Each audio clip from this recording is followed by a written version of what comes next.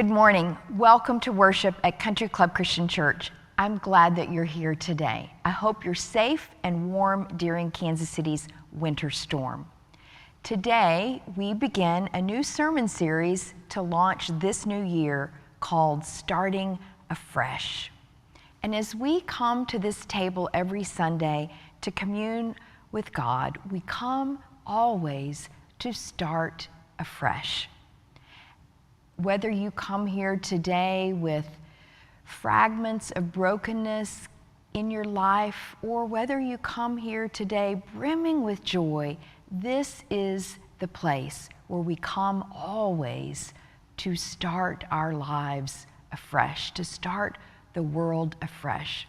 And in the last few weeks, I heard a story about this starting afresh process. Back in 1968, on Christmas Eve, as folks across this land were watching television, Walter Cronkite broke in to show our whole nation what was happening for the first time as the moon was orbited by NASA astronauts. It was a stunning moment where we heard voices and video and saw images of the moon. And then just before they signed off, the astronauts said, "Wait, we have one more thing to show you." And they showed the image of our own planet Earth, an image we had never seen before, taken from outer space, looking back at our own planet. And we were mesmerized by that image. As we watched our own planet Earth move across the screen slowly, the astronauts surprised everyone. They began reading, "In the beginning, God created the heavens and the earth was a formless void, and darkness covered the earth." Everyone at the control board at NASA was shocked. Even Walter Cronkite was moved to tears as we heard these beautiful words about the beginning of creation unfolding there. And it was an invitation for all of us, even in the brokenness of that day in 1968, when the Vietnam War was still raging, to begin to see our world afresh as a place of God's peace, of God's joy, of God's new beginnings. You and I come to this table every Sunday to begin our lives afresh. And so we come this day to begin this year afresh, remembering that Jesus took a loaf of bread and blessed it and broke it and gave it to his friends, saying, "Take, eat. This is my life for you." And Jesus poured out a cup and said, "This cup is the new covenant of God's love. It is for you and it is for everyone. Do this, remembering me." The gifts of God for the people of God.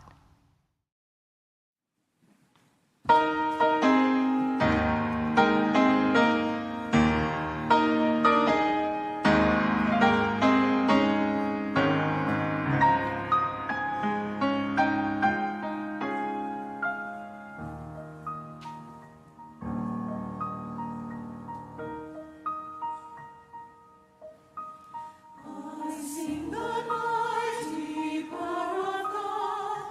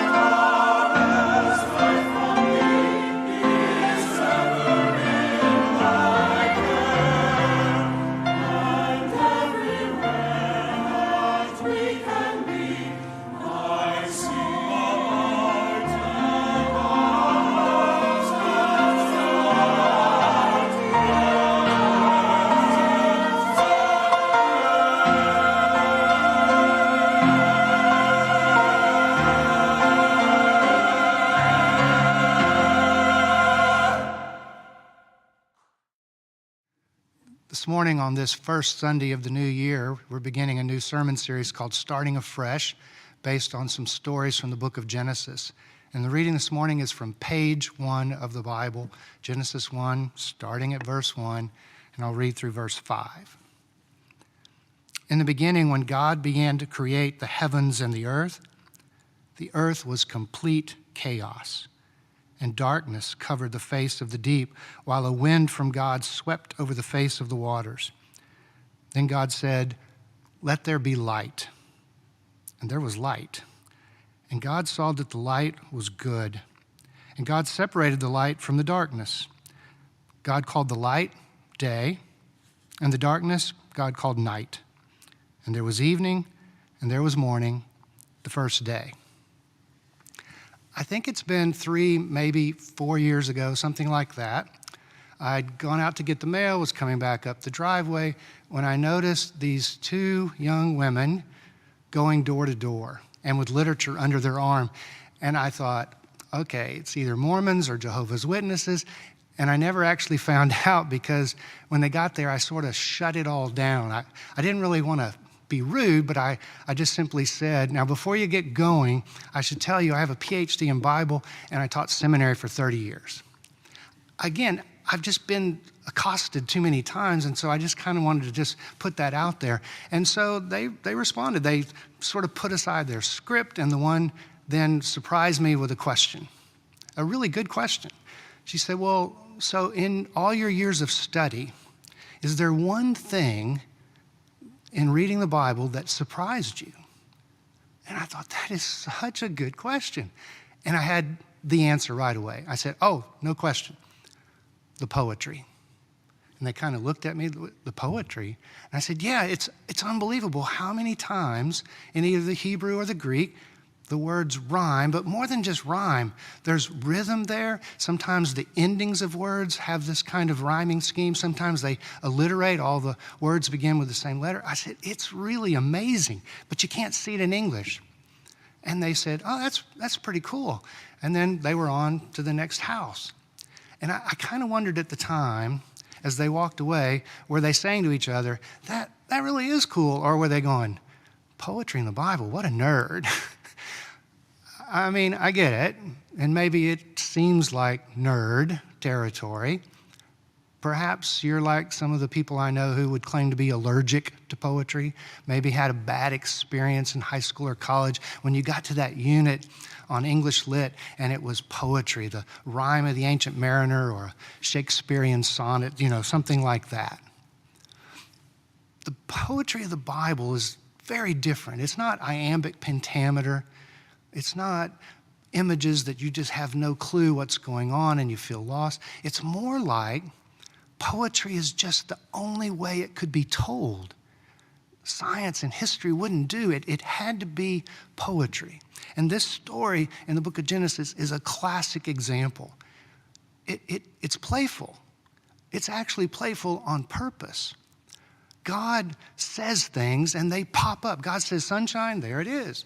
God says rose bushes, watch out for those thorns. If God says chihuahua, all of a sudden, here's this little dog yapping at somebody walking by, probably shaking like a leaf. And God creates leaves too. God creates them by the thousands. All of this variety over and over and over. It's a different way of telling the story. In the hands of scholars, it's not as playful, but it's interesting. I mean, for example, they point out that if you look at the verbs, sometimes God makes something and sometimes God creates something. But only God in the Bible gets to create, whereas God and humans get to make stuff. That's pretty interesting. We can partner with God in making things. But in the hands of the rabbis down through the centuries, it really gets playful. Like, I'd never heard this one before. But apparently there is this one tradition among the rabbis that when God created the world, God tried 974 times, eventually settling on this version. I have no idea where they came up with that number, but it's playful. On the first Sunday of the year, when I think about what does this story say to us, it seems to me there are 2 gifts. The first gift is chaos gives way to order. God gifts us with order in the face of chaos. And you can kind of hear it. I mean, in this version, it even says chaos. Other translations say a formless void. But it's the notion of these waters splashing around and this void, this chaos, and then God brings order.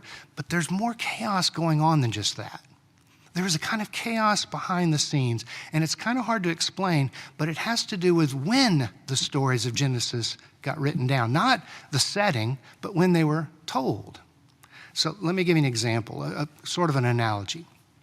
Late last year, in 2024, I read a novel that got a lot of buzz last year, some awards. It's called James. And it's a retelling of Twain's Huckleberry Finn, except from the perspective of the runaway slave, Jim, or as he likes to be called, James.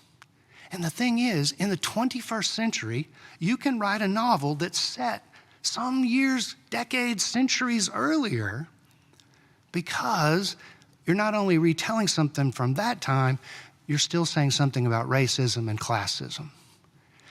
In other words, the stories of Genesis, although set at the beginning of time, were most likely written down during the Babylonian exile, when the army of Babylon attacked Jerusalem, sacked the temple, destroyed it. That's when they decided, we're going to need some order. And they tell this story. When you and I, 3 hours into a new year, hear about domestic terror, or 3 hours into the new year, the first homicide in the Kansas City area, we need order. Or when friends call and they wish you a happy new year and they say, oh, but by the way, the cancer has come back. In moments like that, we need order. And the order in this case is poetry. Here's what I mean. The 6 days of creation, followed by the Sabbath, they're actually laid out in these 2 columns. Here's how it works. On day 1, God creates light. And on day 4, God creates the sun and the moon, corresponding. On day 2, God creates this oceans and sky. Over here on day 5, what do you get? You get fish and birds. And on day, what would it be, 3, you get land and vegetation. And over here on day 6, you get animals and people. It's this beautiful symmetry. It's elegant. It's a way of saying, even if the world is chaotic, God is bringing some sense of order. That is a great gift. The second gift is actually what's listed first. It's the gift of light out of darkness. And I love what the rabbis do here. They say, well, okay, we've heard the question. If on day 1 God creates light, what is this thing over here on day 4 with sun and the moon? I mean, what is this light? And the rabbis, they're not scientists, they're poets. They go, oh, that's easy. It's light. You know, all caps, light, goodness. What God creates first is goodness. And you don't have to have made A's in poetry to see that one, to get it. But it wouldn't hurt if you had maybe some studies in Judaism. And here's why I say that. Our siblings, our brothers and sisters in the Jewish faith, they don't tell time the same way we do. I mean, most of them do in their day-to-day, but the way the Bible tells time. It doesn't say, and there was morning and there was evening. It says there was evening and there was morning the first day. It's really hard to wrap your mind around this. In fact, I had this experience. One of the times I was in Jerusalem, it happened to be a holiday. Now, you need to understand, in Jerusalem, just like in New York or Kansas City, stores, restaurants, they open, midday, morning, whatever. They close in the evening. Everybody goes home, goes to bed. But it was a holiday. It was Shavuot. So everything was closed all day long.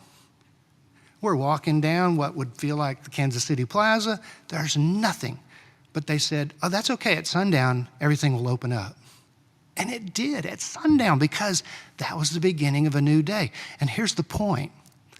The point is, every day, God kind of repeats creation. It starts in darkness and gives way to light. That is a beautiful gift. You know how fairy tales begin with once upon a time? This story is more like twice upon a time. In the beginning, God creates, and every day, God creates again. It's like this poet who said to the sun, every day God says to the sun, do it again, do it again. Or maybe some other poets you know, British ones, who said, here comes the sun. It's God's gift, this light out of darkness. So I know I've told you this before. There's this technical term for the stories that rabbis made up. It's called a midrash. They made up these stories to wrestle with the stories in the Bible. Like the one about 974 times of creation. Where did they get that? Well, here's one that was actually written more recently. Most of them are ancient. But in recent times, they had this rabbi, lives in New York, his name's Mark Gelman, and he made up some stories about the stories in Genesis. And I love this one. Adam, on the first day he's on the planet, he is in love with the sound of the birds, the flowers, he can smell them. But most of all, he's enchanted with the sun, this lovely ball of fire. It's long ways away, and yet he feels its warmth on his skin. He's in love with it. But late, he notices it's going down and it disappears. And he and the animals are scared. It's dark, it's cold, what's going on? And eventually they just fall asleep. Adam is awakened the next morning. It's come up on the other side of the garden, and he can feel it on the back of his neck. And he tells the animals, it's here to stay. I tell you, it's here to stay. But late in the day, they can see it. They can tell it's going back down again. So they come up with this plan. They're going to stop it. They'll pile something up on the horizon right where it goes down. That'll stop it. And so the squirrels bring nuts. Well, that doesn't add up to much. The monkeys bring bananas. That doesn't add up to much. But the elephants, they bring tree trunks, and they get it piled up just high enough. But of course, the sun disappears. And that's when God explains to Adam, you can't stop this. It's called time. Every day it will go down, but every day it will come back up. And from the sundown to the sundown, that'll be called a day. And if you have 7 of those, it'll be a week. And if you have 4 of those, it'll be a month. And if you have 12 of those, that'll be a year. Do you understand? And Adam says, sure. But he has no idea what God's talking about. He's never experienced any of it. So sure enough, Adam goes about his work, and he notices it goes up, it comes down, and et cetera. But then he realizes it's been 11 months and 3 weeks and 6 days. This is the end. It's over. And he tells the animals, I'm sorry. We did all we could. And they huddle together. They kind of take comfort in each other, and they go to sleep. And of course, it comes up again. And that's when God says, oh, and there are decades, and there are centuries, and there are millennia. And Adam gives thanks to God for the gift of time, having made enough time. I mean, it's a simple story, but it's so telling. God gifts us every day and with a new year. We should make of it what we will.